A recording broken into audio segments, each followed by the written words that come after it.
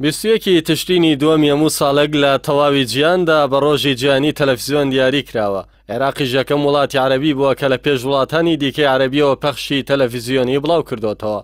66 ساڵ لەمەوبەر لە 2 ئایاری ساڵی 1956دا شافەی سەڵی دووەم شای عێراق لە ساڵیادی لەدایکبوونیدا یەکەمین کەناڵی پەخشی تەلەڤیزیۆنی بە زمانی عەرەبی لە سەراسی وڵاتانی عەرەبی و جیهان دامەزراند. هەروەها لە ساڵی 1967 تەلەڤیزیۆنی کەرکووک وەک یەکەمین کەناڵی تەلەڤیزیۆنی کوردی دەستی بە پەخش کرد.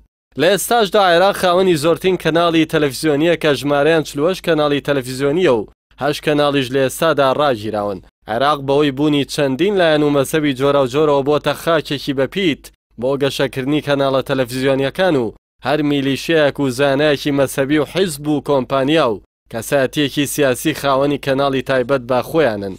بۆ یەکەمین جار لە کۆبوونەوەی ژمارە 205 کۆمەڵەی گشتی نەتەوە یەکگرتووەکاندا لە 28 شوباتی ساڵی 1997دا ڕۆژی 21 تشرینی دووەم وەک ڕۆژی جیهانی تەلەڤیزیۆن دیاری کرا بەهۆی ئەو ڕۆڵە گەورەی تەلەڤیزیۆن بینی لە ئاراستەکردنی ڕایگشتی و خاوەن بڕیارەکان.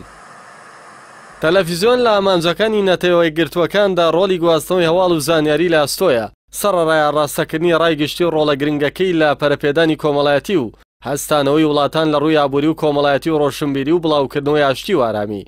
وشەی تەلەڤیزیۆن وشەیەکی لێکدراوە لە هەردوو وشەی تەلا بەواتای لە دوورەوە و هەروەها ڤیژن بەواتای بینین کە بەکۆی گشتی بەواتای بینین لە دوورەوە دێت.